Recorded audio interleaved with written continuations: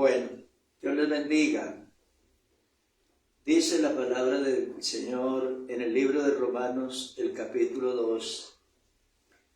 Este capítulo que tiene como título el justo juicio de Dios. Más adelante nos habla de los judíos y la ley.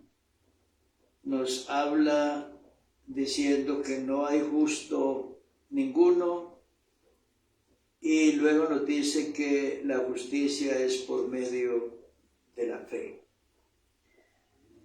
El versículo 1 nos dice así: por lo cual eres inexcusable, hombre, quien quiera que seas tú que juzgas, pues en lo que juzgas a otro, te condenas a ti mismo, porque tú que juzgas a otro, o que juzgas, haces lo mismo. Sería muy bueno que nos detuviéramos a pensar, porque a veces surge la pregunta, la gran pregunta: ¿y cómo va a juzgar Dios a este mundo? ¿Cómo juzgará a estos 8.000 millones de habitantes que pueblan a este planeta Tierra, cuando hay tantas diferencias y conceptos y modos de pensar y modos de actuar? ¿Cómo puede hacer Dios? ¿Qué dice la Biblia? Vamos a empezar diciendo que el apóstol San Pablo aquí se ocupa de los judíos y de los gentiles. Habla de los griegos, intercaladamente se está refiriendo a los gentiles. Entonces dice la Biblia, porque aquí empieza con el pueblo judío o el pueblo hebreo, la Escritura nos cuenta que este pueblo se sentía muy orgulloso. Ellos eran muy orgullosos de su linaje, de sus raíces, de su pasado, de su presente y de todos los privilegios que ellos tenían por ser hijos de Abraham, por ser hebreos, israelitas. Ellos recibieron la ley en el monte Sinaí, recibieron la ley de Dios para entregarla al mundo, para darla al mundo. Recibieron la revelación para entregarla también a la humanidad, al mundo. El apóstol San Pablo, al hablar de la elección, dice que los israelitas son la adopción, la gloria, el pacto, la promulgación de la ley, el culto y las promesas. Además dice que los israelitas, de los cuales son la adopción y la gloria y el pacto, el culto, las promesas, la ley, dice que de allá también son los patriarcas, y de los cuales según la carne vino Cristo, el cual es Dios sobre todas las cosas, bendito por los siglos. Imagínese usted ese océano de privilegios que ellos tenían, pero a la vez todas estas cosas se convirtió para ellos en una razón de encerrarse en su propio universo y creer que solo ellos eran los dueños y para ellos eran todos los privilegios. y todas las atenciones y cuidados de Dios, y que todos los demás pueblos de la tierra, o sea, que los gentiles, estaban sentenciados a la destrucción, a la fatalidad, a la ira de Dios. Y querían que el Mesías viniera para que juzgara a los gentiles y para que los condenara. Entonces el apóstol San Pablo está en estos versículos diciendo que si una persona señala a otro o a otras personas, es porque él en sí es superior en su moral y en su justicia, pero que si es igual y hace lo mismo que le está señalando y criticando al otro, pues entonces que de igual manera va a ser juzgado y va a ser condenado, porque la Biblia dice que no hay acepción de personas para con Dios. Ante el juicio de Dios, todos los hombres son iguales. Si miramos el versículo 10, dice que Dios le dará gloria y honra y paz a todo el que hace lo bueno, al judío primeramente oído. Está el judío primeramente y también al griego.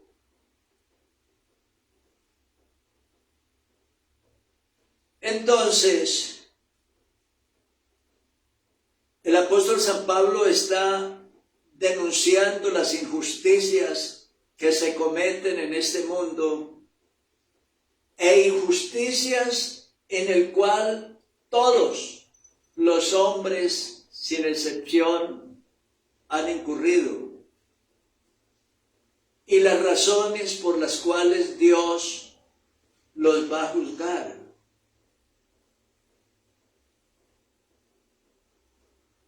De otro lado,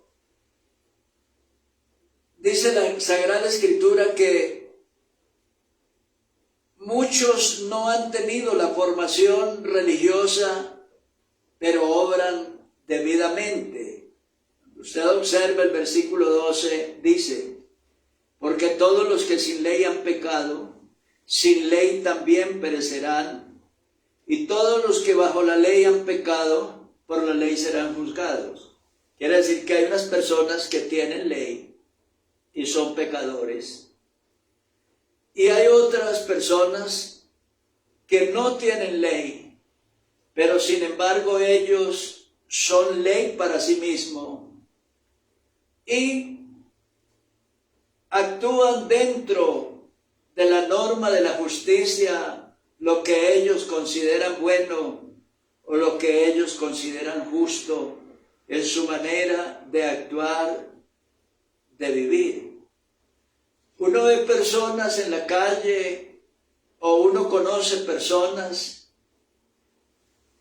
que sin ser evangélicos o sin ser cristianos, pero tienen unas normas internas de moral o de respeto, de lealtad, de fidelidad, de responsabilidad, porque ellos dentro de sí tienen un concepto de justicia y de respeto por la justicia y por lo que según ellos les parece que es bueno. Versículo 12 nos habla de eso, porque todos los que sin ley han pecado, sin ley también perecerán, y todos los que bajo la ley han pecado, por la ley serán juzgados. De otro lado dice, porque cuando los gentiles que no tienen ley hacen por naturaleza lo que es de la ley. Estos, aunque no tengan ley, son ley para sí mismos. O sea, hay unas normas internas de moral. Y ellos mismos, sin que nadie les diga, se imponen una norma o una ley que ellos, por su conciencia, están obligados a obedecer y a respetar. Hay algo que sería muy bueno que lo analicemos, que es el papel que juega la conciencia de una persona. Dice, mostrando la obra de la ley escrita en sus corazones, dando testimonio a su conciencia y acusándoles o defendiéndoles sus razonamientos. Ese es el papel que juega la conciencia en las decisiones de una persona. Cuando no hay una norma, no hay una ley que rige o que gobierne o que le indique al hombre qué debe hacer, porque el hombre no tiene una ley escrita, una ley establecida, un código escrito. Pero hay algo en su corazón, hay algo en su conciencia, y en este caso él se rige por aquellos veredictos de su propia conciencia y por aquellos establecimientos que le dicta su propio corazón. Miremos algunos dos ejemplos y a ver si con esto terminamos. El primero lo encontramos en el segundo libro de Samuel, el capítulo 12. La Biblia nos relata aquí de Natán el profeta y David. Esto luego que David se llegara a la mujer de su amigo y general Urías Eteo, le quitó la mujer y lo mandó a asesinar para de esa manera ocultar el pecado. Y creyó que todo iba a quedar en la oscuridad, que no se iba a saber, porque eso hace el pecador. El pecador trata de ocultar su pecado, de tapar su malignidad. Por eso trata de andar en la oscuridad, de hacer el uso del engaño, de la mentira, de ocultarse, de esconderse en las sombras, porque no quiere que su pecado o su mal proceder sea descubierto por la luz. Dice la Escritura aquí, o sea, el profeta Natán llegó al rey con una parábola, o sea, con un enigma. Y le dice, había dos hombres en una ciudad, el uno rico y el otro pobre. Le dice que el rico tenía numerosas ovejas y vacas, pero que el hombre pobre solamente tenía una corderita que él había comprado y criado y que había crecido con él y con sus hijos juntamente, comiendo de su bocado y bebiendo de su vaso y durmiendo en su seno, y la tenía como a una hija. Y dice que llegó un caminante, llegó un hombre, un caminante, al hombre rico, y que este rico no quiso tomar de su ganado, de su mucho ganado que tenía, para atender a su amigo que había llegado del camino, sino que tomó la corderita del hombre pobre, la única que tenía, y la mató para hacer un guisado y preparársela al cominante, haciendo un gran banquete en su honor. El rey David, cuando oyó esto, la Biblia dice que se encendió el furor de David en gran manera contra aquel hombre.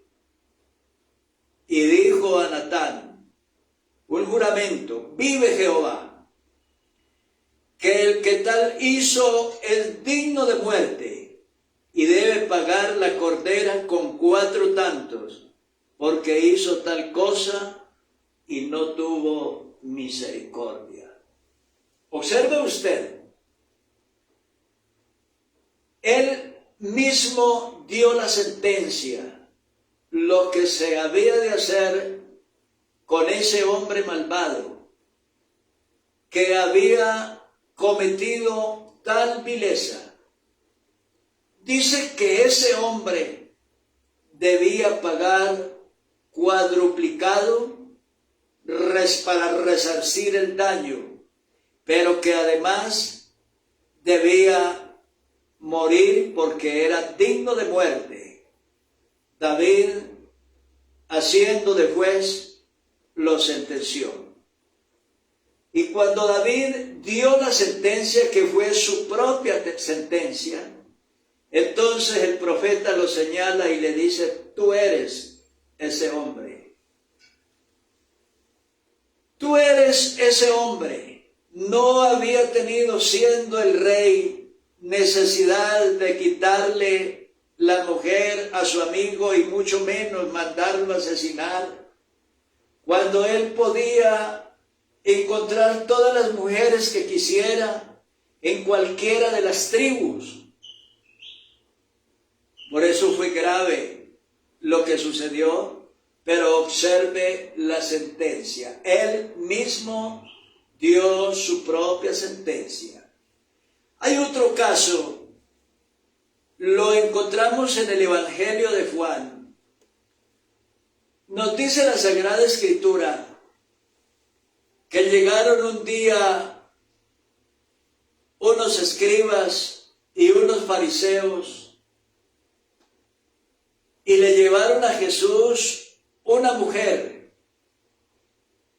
y le dicen a Jesús de la siguiente manera.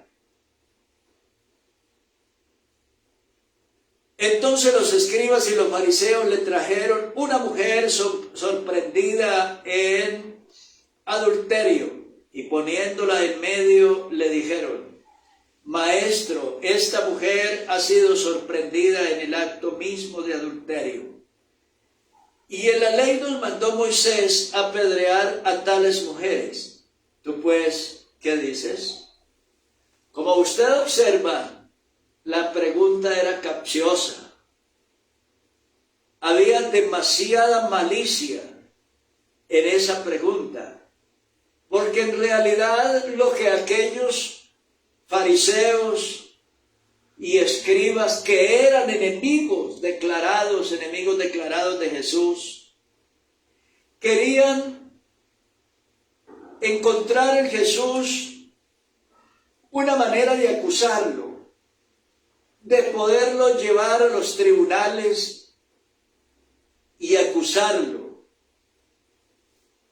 Si el Señor decía, mátenla, entonces el evangelio del amor, de la redención y del perdón que él había venido a predicar, ¿dónde hubiera quedado su misión redentora? Pero si él decía, no la maten, déjenla ir, entonces inmediatamente lo hubieran procesado, lo hubieran llevado ante los tribunales, acusándolo como un violador flagrante de la ley de Moisés. Ante eso, la Escritura nos dice que el Señor calló, no dijo palabra y se inclinó a escribir en tierra. Y ellos le importunaron diciendo: Maestro, hable, diga cualquier cosa, dé su veredicto, ¿tú qué opinas? Y él seguía escribiendo en tierra. Y luego se levanta, se endereza el Señor, mirándolos a ellos, mirando alrededor, mirando a la mujer. La mujer seguramente estaba encadenada y allá estaban los verdugos que llevaban cantidad de piedras para matarla. Y entonces el Señor se endereza y les dice: el que de vosotros esté sin pecado, sea el primero en arrojar la piedra. Y dice la Sagrada Escritura que a partir de ahora todos comenzaron a irse, empezando por los más viejos hasta los postreros. Y quedó solo el Señor ahí en el lugar y la mujer. Luego el Señor se dirige a la mujer y le dice: ¿dónde están los que te acusaban? El Señor le dice, la mujer le contesta: Señor, se han ido.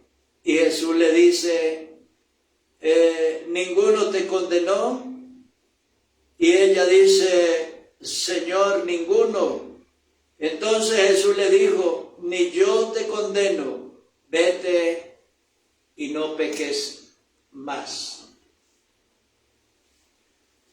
Observe usted la obra redentora como obra directamente en la conciencia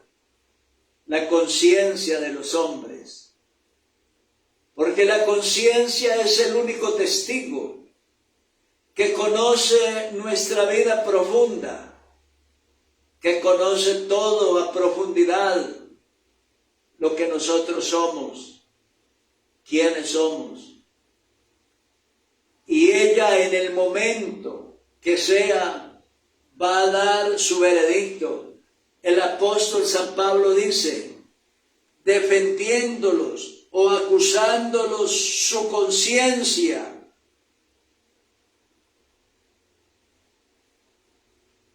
Dice la Escritura, mostrando la obra de la ley escrita en sus corazones, dando testimonio su conciencia y acusándoles o defendiéndoles sus razonamientos, en el día en que Dios juzgará por Jesucristo los secretos de los hombres conforme a mi evangelio.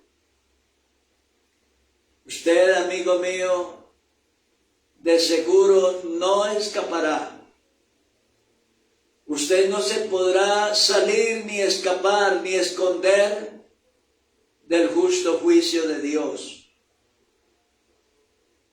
Dentro de nosotros está nuestro propio corazón y nuestra propia conciencia, y ellos saben con plenitud de verdad quiénes somos nosotros y cómo hemos actuado en esta vida.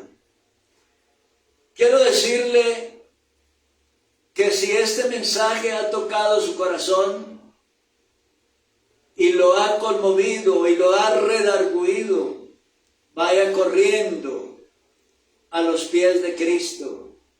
Vaya ahora, antes que sea demasiado tarde. Vaya ahora, sin importar cuál sea su culpa o su pecado, pero vaya corriendo a la hora redentora de Jesús.